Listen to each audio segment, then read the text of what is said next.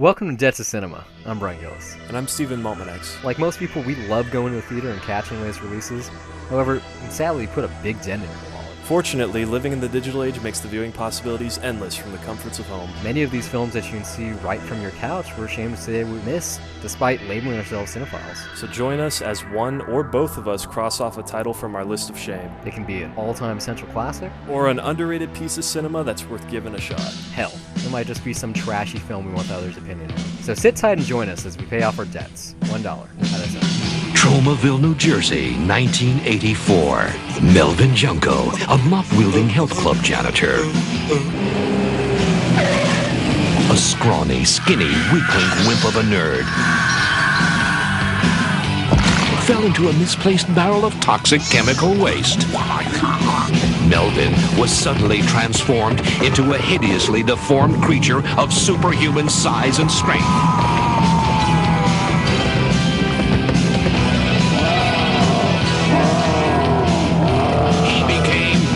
Toxic Avenger, the first superhero from New Jersey. Body talk, body talk. I love the sound of your body talk. So it's finally October. It's the first week of October. It's a Wednesday, mind you. Debt to Cinema.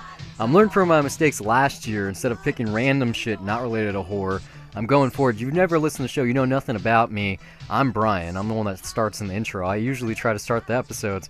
But I basically avoid horror, thrillers, really anything scary the whole year unless it's, approaching Hallows Eve.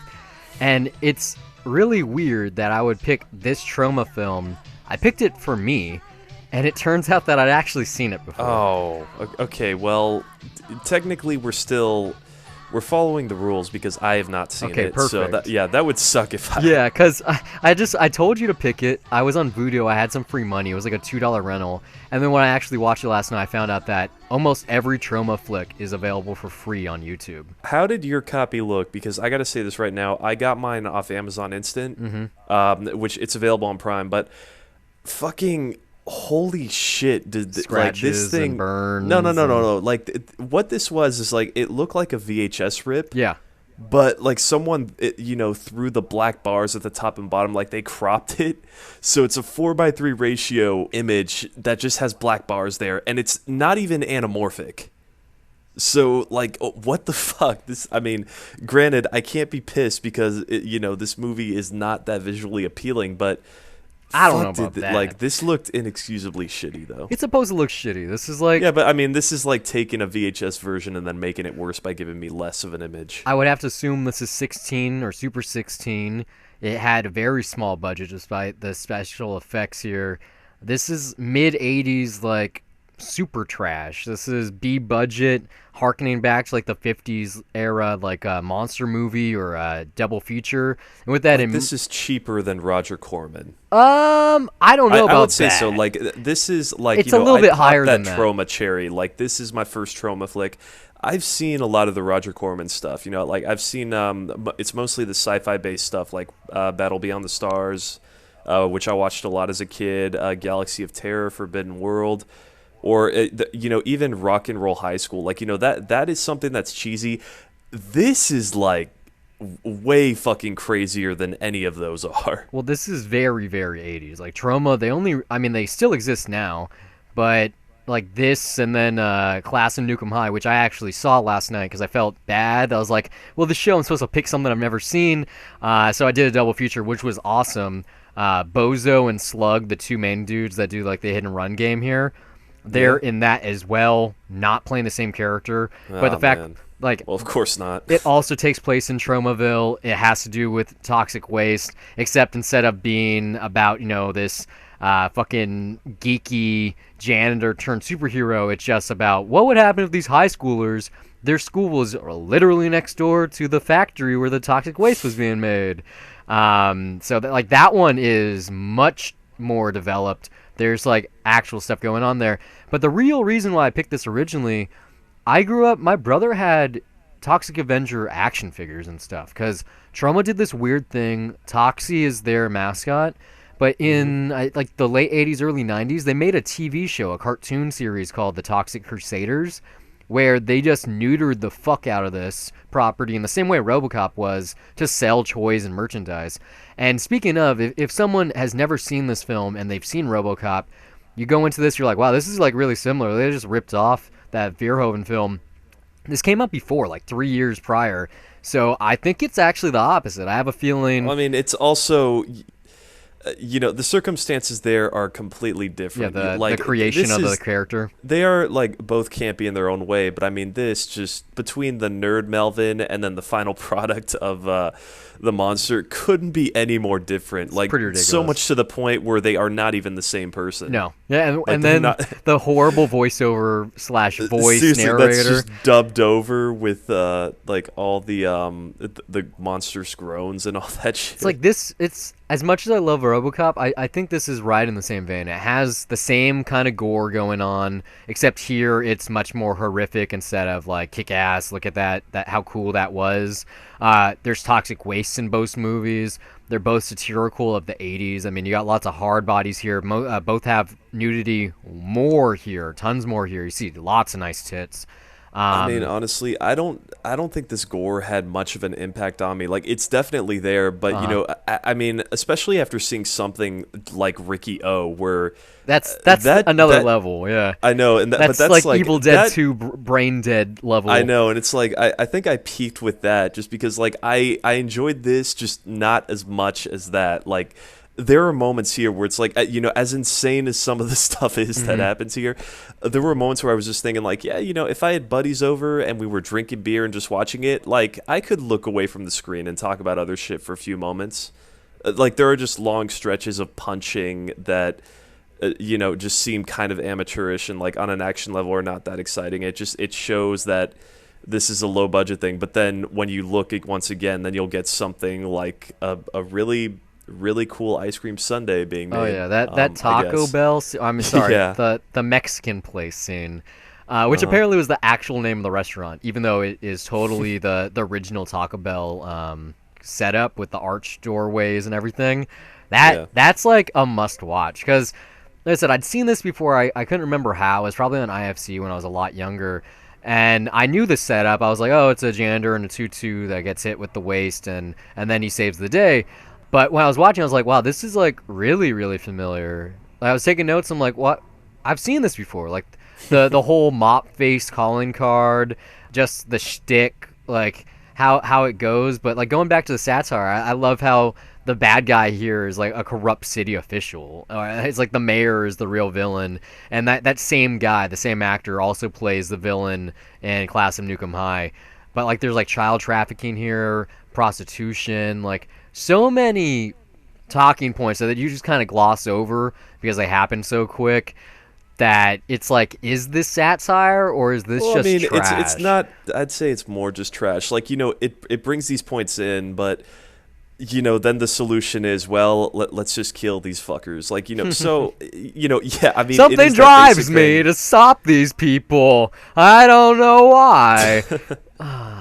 I guess that's one of his spider senses, is that he has that power, and like just anyone that he senses is a bad person, he'll fucking kill him. That or what else? He can also teleport.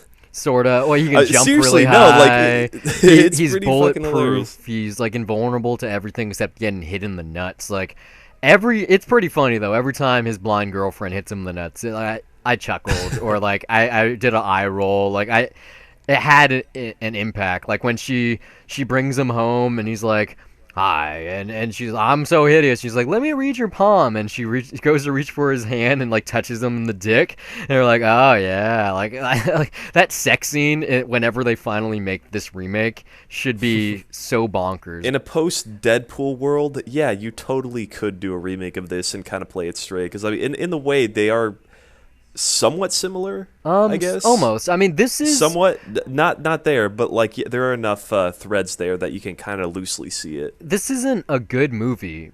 It's supposed to be bad, but there's so much going on for it. It's so campy. It's so fun. The lines are pretty hilarious when they happen. Like just Bozo and Slug alone. Like exactly what you're in for. Like immediately within the first 2 minutes. Once you get away, that montage in the gym and everyone's with that working song out, and everything. Yeah, that song is awesome. I wish I knew the words. Just the introduction of Bozo and his gang, how Yeah. he's just this insanely roided out, like, he's always stressed out, like. I can't. He's stressing me out, Dee. He's stressing me out. I can't handle it. And then the moment that he sees Melvin, he's like, "Look at the fucking guy! I hate the mop boy. I hate. He can't even mop right." Someone get the fuck out of here. Someone has to teach him a lesson. He's totally in the right too, because I mean, like Melvin is. Oh, yeah. There's no kind way of putting it. He's retarded. He's a super dweeb. Like, Oh yeah. he not a super geek. Like No, I said dweeb. He's like totally, like just really flaky and like he is retarded. He's very twitchy. Like Retarded's harsh. There's nothing. It doesn't. Yeah. You can't tell that he's stupid.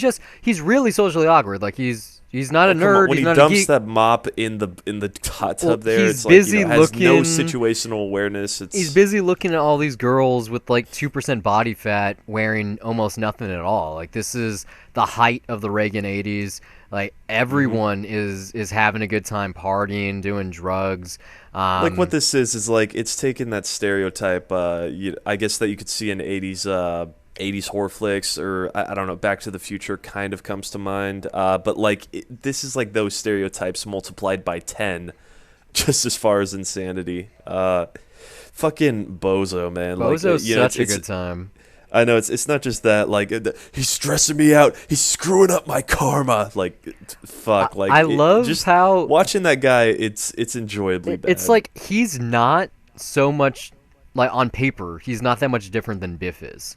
Except No, the difference but is there's nuance with Biff Tannen's portrayal. Like fuck, what's his name? I can't remember the actor's name right now. Tom Wilson. Yeah, like he, Yeah. he plays him straight. Like Robert Zemeckis gave him great direction. Like you don't like the guy, you can't appreciate his point of view, but you kind of like, especially in part 2, you kind of fall for him. You're like, he gets to the short end of the stick. Whereas Bozo, you love hating him. Like when they're playing that hit and run game, it's like, what are the point?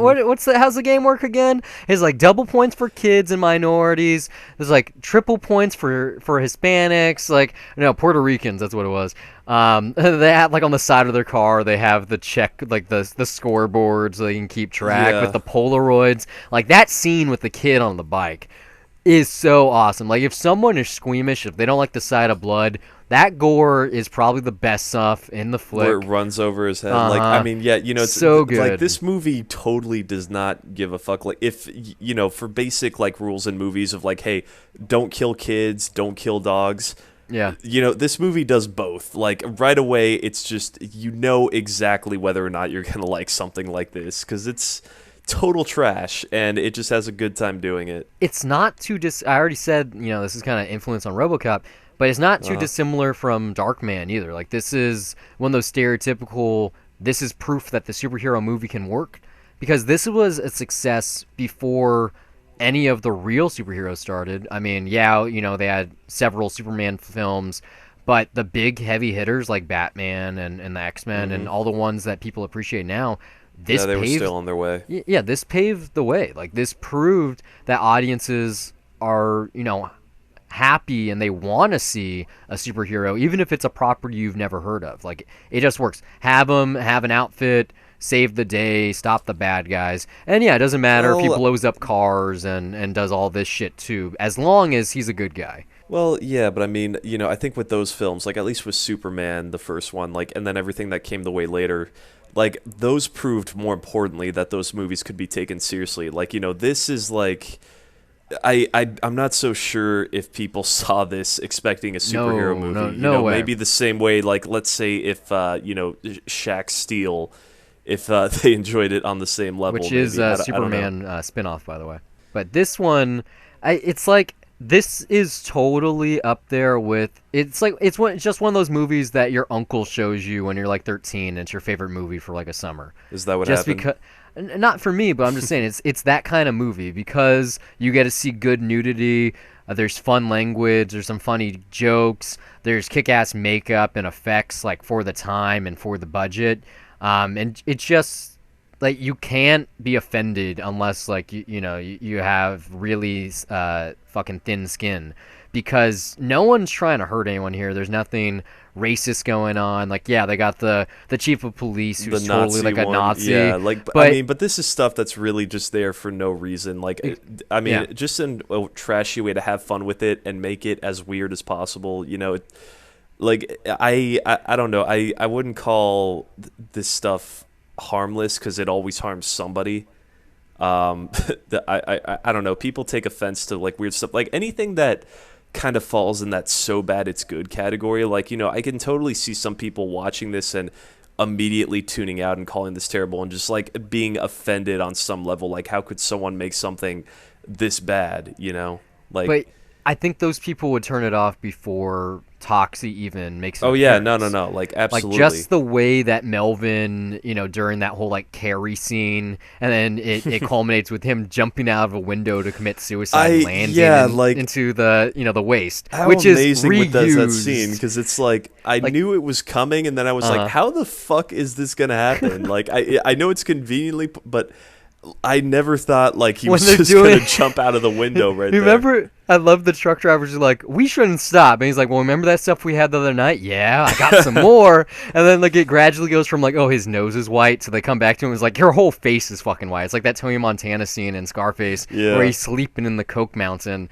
Right before like, he does. Just so fucking 80s. Like, there's another thing actually that I kind of got a kick out of here. I don't know if it was a joint or a cigarette, but I loved when they were doing sit-ups and just passing that shit back and cigarette, forth. Yeah. Like, it was like $4.99, $4.98. Like so that, good. I genuinely thought was cool. There's a lot of cool stuff here, and it's like I said, when that guy jumps out when Melvin jumps out the window, they recycle that like 100% in Class of Nukem High. Like someone who That got same hit with the shot. waist does that exact same thing.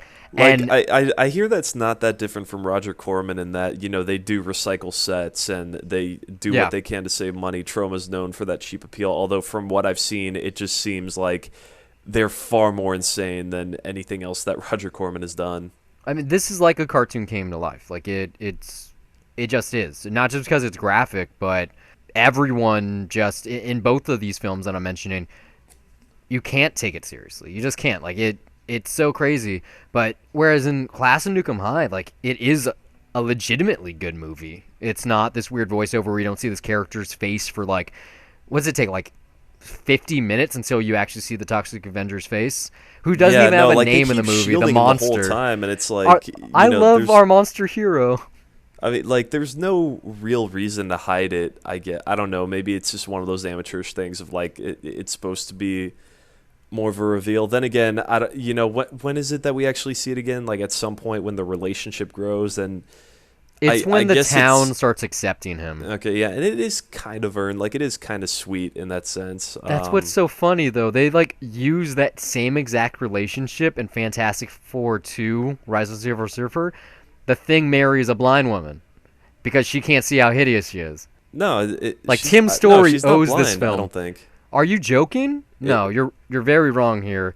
What's her name from Scandal? She is blind in that movie. I do not remember that. She's 100% blind. Are you absolutely sure about that? 100% sure. They get married. She's blind. Like it's I a know whole that joke. they get married, but I don't remember her being blind. She's blind. Like they totally stole it from this movie, and I'm sure lots of movies have taken things from this. You sure that's not a comic book based thing? Because I don't know if the movie did that. Well, maybe it's from the comics as well, but yes, she's 100% blind in that second Fantastic Four movie. But I mean, it's like that was a relationship that was there also in the first movie, I think. So I don't know. I don't know. I don't remember it that way. I have not seen those movies in like 10 years. So it's like if you had to show one thing from this movie to someone, what would you pick? Like what scene or what joke? Like what little section? What snippet, if it was on YouTube, would you show someone probably to sell them? The fast food bit. The Taco Bell. Yeah, the Mexican the Sunday, place. It's the hands pizza going in the fries. oven. Yeah, like it just once all that starts happening, that like getting your arm ripped it just off. kept going on. Like no, it happened in detail. Like it felt uncut too, especially when he was making that Sunday, and it just kept going on and on and on. He kept grabbing everything in sight. I felt and bad for the actor. I was like, wasn't he drowning? I just in kept fucking laughing chocolate when I syrup? saw that. Yeah, no, I'll bet. Like But I mean, seeing that, like, that is probably the best thing that I can remember out of this movie. Like, there's some Everything about that scene some is fantastic. amusing moments throughout. Like, I think the first what is it? The first moment that the Toxic Avenger has to really get out there and save that cop. Like, moments Yeah, like that against one Cigar street fight, Face. yeah, where he just kills like those guys. It's like, well, I like the Mexican standoff where he jumps in the air and they shoot each other.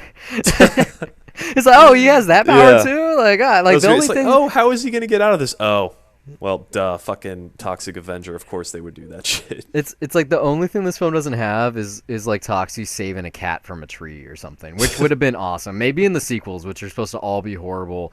I think in the second one he You mean like this isn't horrible? no like bad Like legitimately bad. horrible? Yeah, That's too bad. Like this is the quintessential "it's so bad it's good" type of film, but like those are supposed to be just literal like cash grabs, like bad. I think in the second one he goes to Japan to find his father, and then like Michael Jai White is like a kung fu guy, and it's like it's his first film. Marissa Tomei is in this for like a second that I didn't even catch. I saw it on I saw that it IMDb. was a deleted scene, but I didn't even catch her.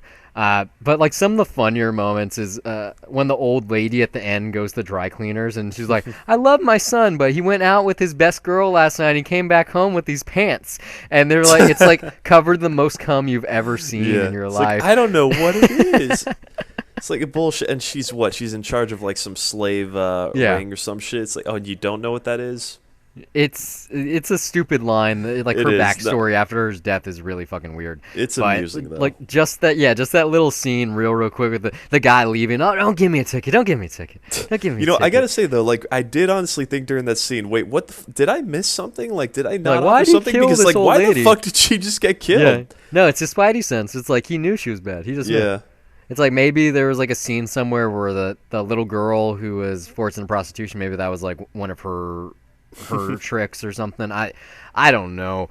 But yeah, everything about that Mexican You can't look food for place. too much logic here. Like Riccio is far more straightforward and logical than this is. Well, I had a real script. It's adapted from a manga, whereas this is like I was reading like Cigar Face. His shtick was made up on the spot because the actor is smoking a cigar on set. Like just random shit like that. This is totally. Oh, they had so much money because like the 4 movies that Troma made before this, that Hertz and Lloyd Kaufman made, were like sex romps. Like Stuck on You is one of them. I don't know the names of the other 3.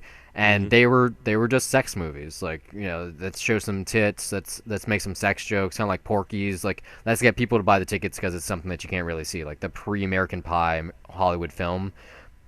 And then this one, it's like, oh, let's go another direction. I was like, let's make the horror film. Let's make a superhero film. Let's make so many things in one. Because it really is. Like, I wouldn't really classify this as horror, but It's is really camp. Like that's the best it's thing. I shock have to go value to. though. Like it is grotesque.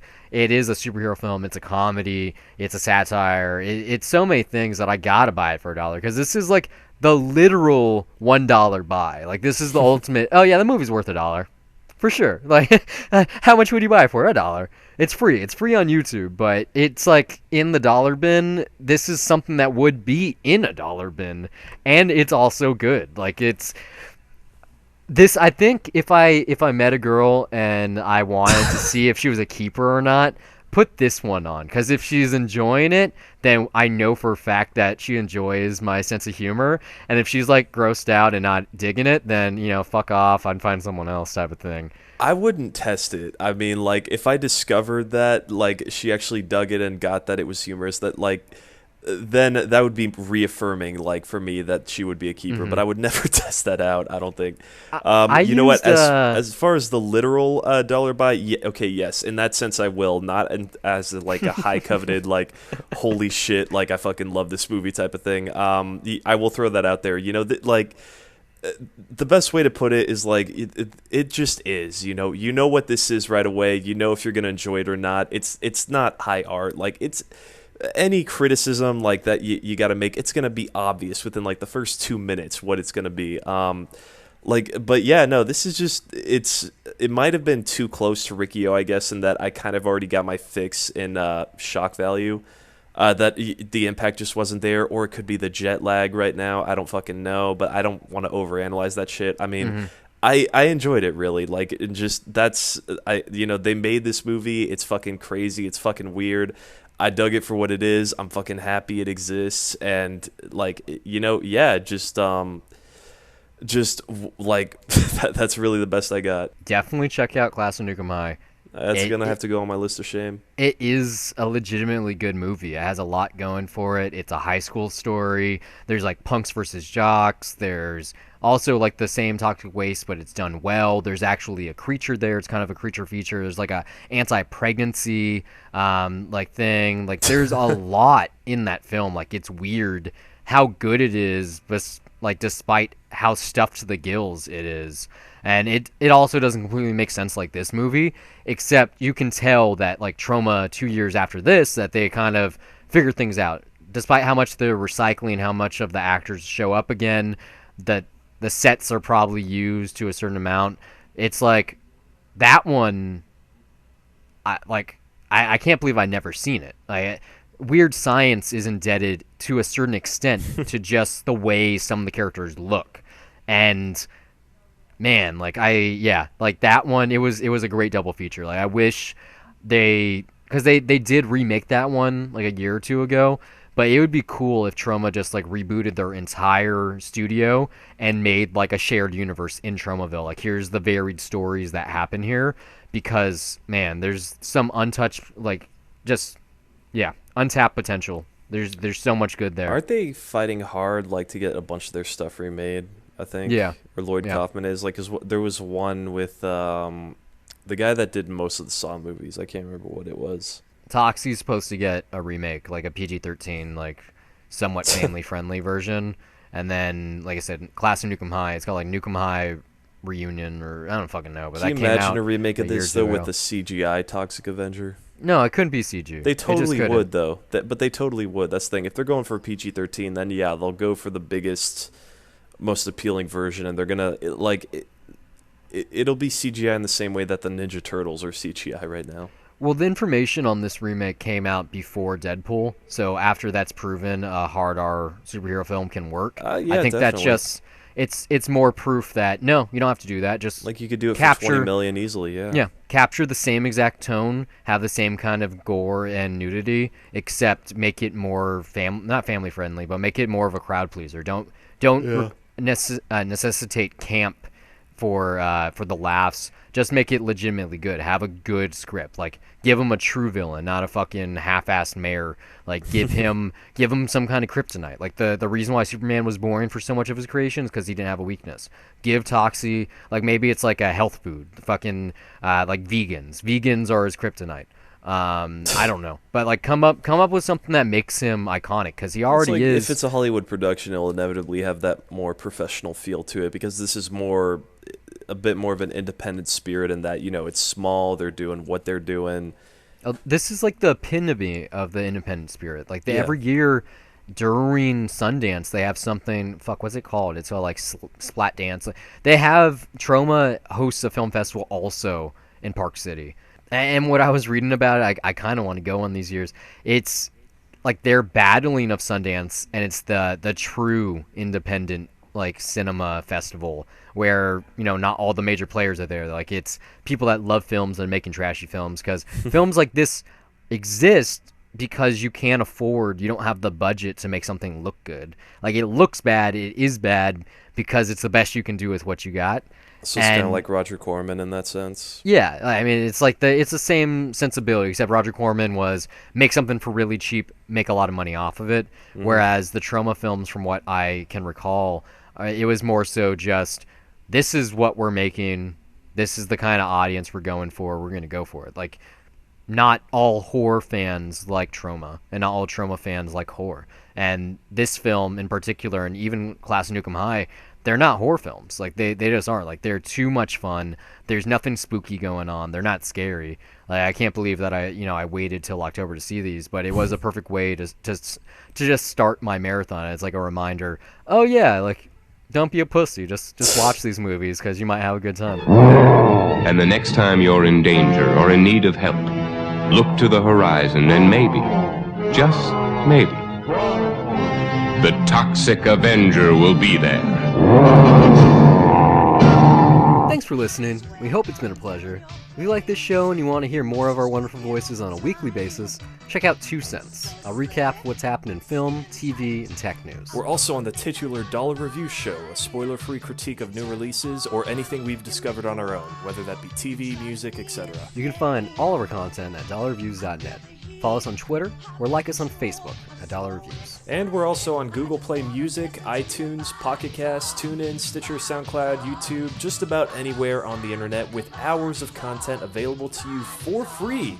But for those of you that feel that the show is worth your dollar, you can send us a donation at patreon.com/dollarreviews. Contributions not only earn our undying love, but they also make it possible for us to improve our recording equipment and to give you the highest quality episodes possible. But more importantly, they'd be helping us acquire the content to review. You know, trips to the multiplex are expensive, and the more donations we receive, the more films we can review for your listening pleasure. If you listen somewhere we're currently not available, you'd like to contribute some talking points, send a Death to Cinema request, or if you just want to laugh at us, you can do so by reaching out to us on social media or send an email to brian@dollarreviews.net. Or you can email me as well, steve@dollarreviews.net. You can follow me personally on Twitter at Brian Gillis, that's BRYONGILLIS, and now you know how to spell the email too, and also under the same name on the Lovely site Letterboxd, which acts as my film diary, where I rate films that I'm watching, write the occasional review, and even sometimes compile lists. You can also find me on Twitter at S_MTX, and also follow my film diary at Letterboxd under the same name, where I log everything I watch, and sometimes write brief reviews. That's it for this week. Until next time, keep the change.